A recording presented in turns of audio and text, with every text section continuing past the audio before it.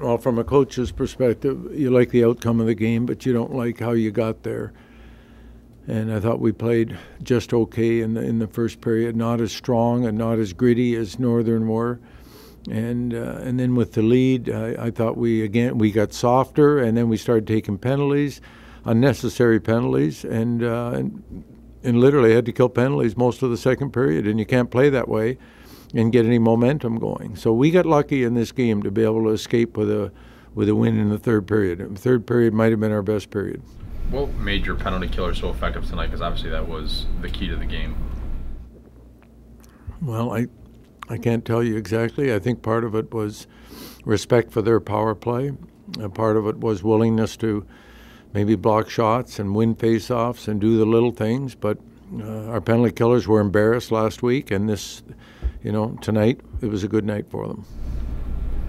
You speak to the play of DeBlois' line with Lynch and Lynch. I think they've been a solid line for us, and there were parts of this game I didn't like them at all, and parts of the game I thought they really played like men.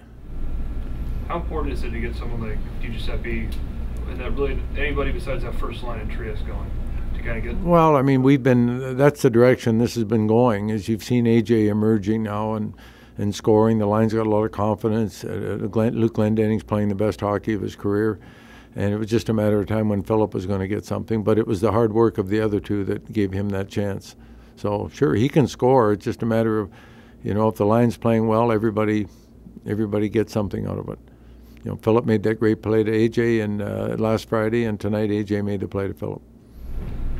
Last weekend, you mentioned again that you didn't like the way that the team played necessarily at some points, even though they won. Same thing this week. Yeah, same thing tonight. How have this team been able to win even when not playing against? Well, I mean, it's not easy. I mean, they bounced back in the third period. They killed the penalties. Maybe we got lucky in a couple of shots that didn't go in, but nevertheless, it was. I mean, Northern played a good, strong, solid game. I've said earlier they're bigger, older, and stronger than we are. And we had to compete with that. And I thought part of the game we did, and part of the game we didn't. How do you fix the problem of taking some of those unnecessary penalties in the second? Well, part of it is around the net. I mean, every time we got close to the net, think about it. There were 3 penalties taken around their goalie, and one of them, Lindsey Sparks, was in behind the goalie. I don't know what he did, but he must have touched the goalie or bumped him or something, and the referee calls it a penalty.